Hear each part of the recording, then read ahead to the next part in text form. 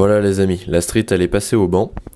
Alors, je vais juste m'arrêter 2 minutes pour vous expliquer un petit peu les résultats, puisqu'on vient d'avoir là, juste là sous les yeux les courbes de puissance, enfin la courbe de puissance. On va partir donc du coup, c'est la moto en passage full origine, c'est-à-dire qu'elle a uniquement l'échappement Aero US, avec bien évidemment la chicane. Ici donc vous avez la courbe de puissance, vous avez également un ratio air essence, puisqu'on va s'intéresser à ce ratio qui permet en fait vraiment de voir si la moto fonctionne parfaitement. Donc vous avez votre puissance en chevaux, le temps en secondes, et puis ensuite le ratio air essence qui est affiché. Donc on peut voir, pour mettre fin tout de suite aux surprises, que la moto sort ce chiffre là à la roue corrigée 112,61 chevaux. Voilà. Donc on est à 112 chevaux à la roue pour un street, sachant qu'elle est donnée pour 123 chevaux au niveau du moteur. Comment on obtient ces calculs? Tout simplement, ensuite on rajoute les pertes, 10 à 15% de pertes selon les bancs.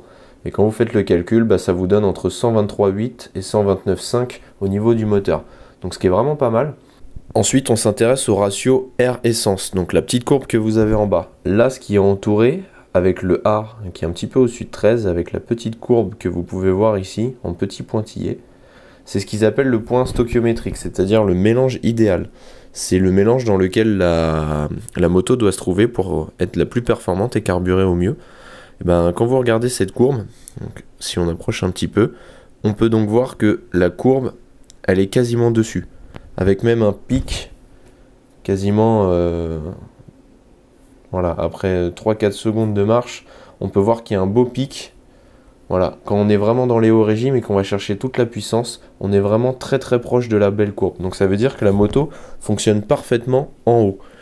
Et je l'ai ressenti tout de suite par rapport au modèle d'origine. On sent très clairement la différence avec le Aero US. Savoir que Triumph injecte une cartographie générique dedans, qui permet donc à la moto d'être réglée, d'être plus performante tout simplement. Donc bilan très positif sur ce petit Aero. Le gars de chez Gentleman m'a dit que effectivement elle marchait bien, elle sortait une bonne puissance, on a les chiffres que Triumph annonce, et le Aero sans surprise fonctionne très bien. Maintenant vous le savez, le Aero, vous l'avez entendu, ça fait un petit bruit d'aspirateur. J'ai envie de changer tout ça, donc direction Triumph, on va aller commander quelque chose, et puis je vous montre tout de suite ce que c'est. Allez, on est parti les amis.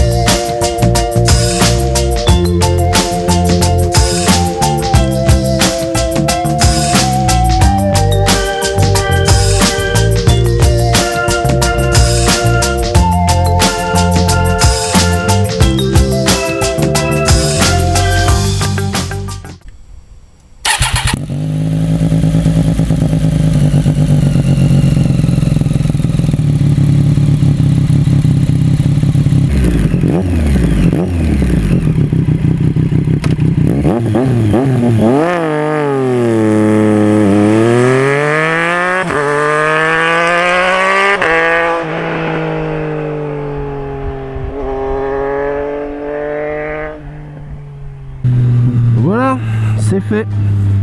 Nouvel échappement. Alors comme vous l'avez vu, on a monté un S1 de chez SC Project. Donc c'est un pot qui est non homologué pour le 765, mais qui est un des pots qui fait le plus de succès, enfin, qui a le plus de succès auprès des possesseurs, parce que esthétiquement parlant il est super. Moi j'adore le style. Et ensuite au niveau du son, écoutez-moi ce rendu quoi. Je sais pas si vous allez bien entendre, mais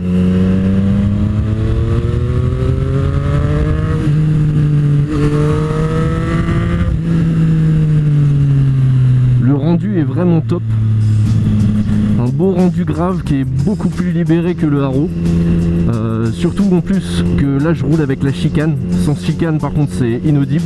Mais avec la chicane il est vraiment sympa. Après entre nous on va pas se le cacher, sur un contrôle, même si vous avez la chicane vous êtes bien évidemment plus aux normes.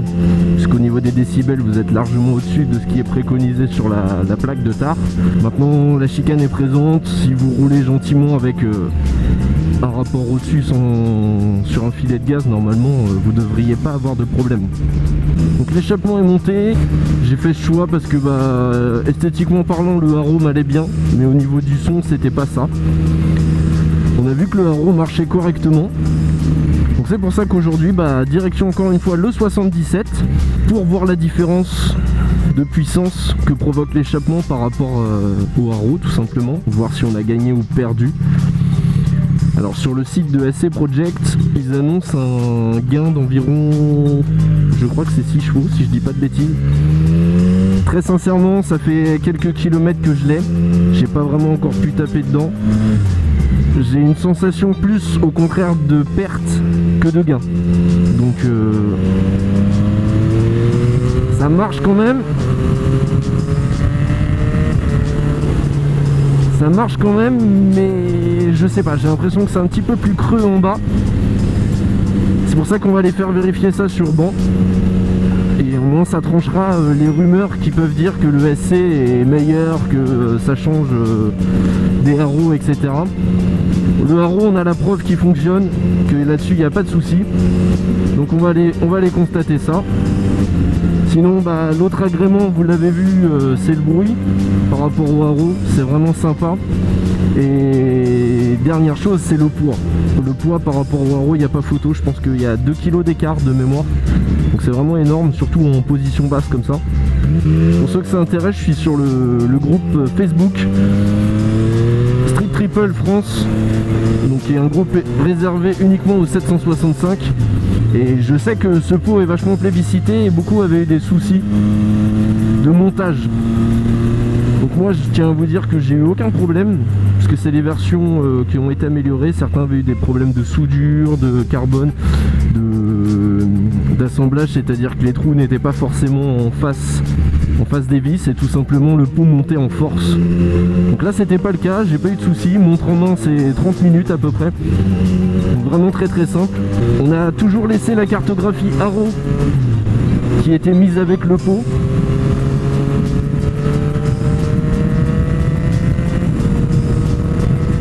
Donc ça fonctionne, mais j'ai l'impression d'avoir un poil moins de couple, un poil moins de performance, si vous voyez ce que je veux dire.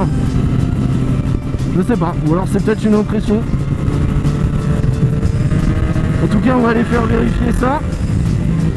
Le dernier point que je tenais à aborder avec vous, c'est les délais de livraison pour ceux qui voudraient l'acheter.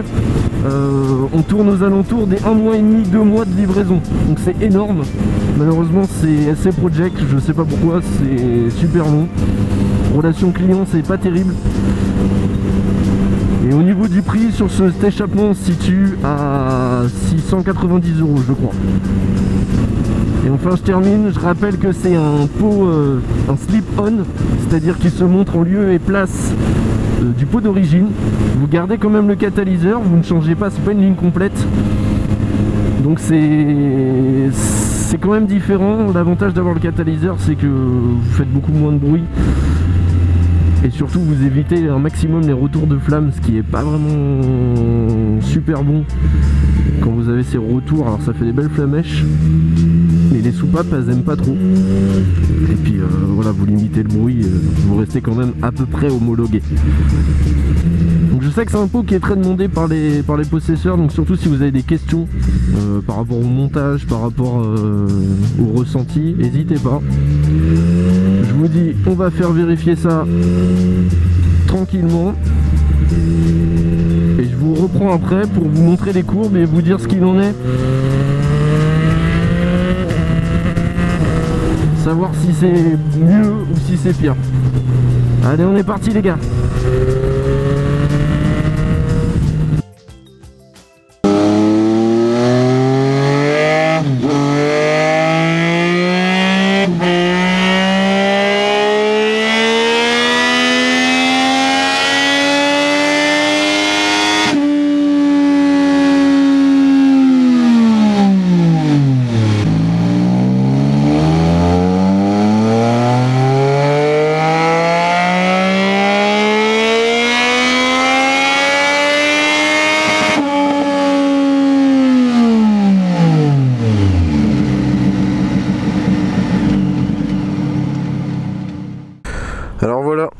passage chez Gentleman Rider, je sors à l'instant il y a quelques minutes.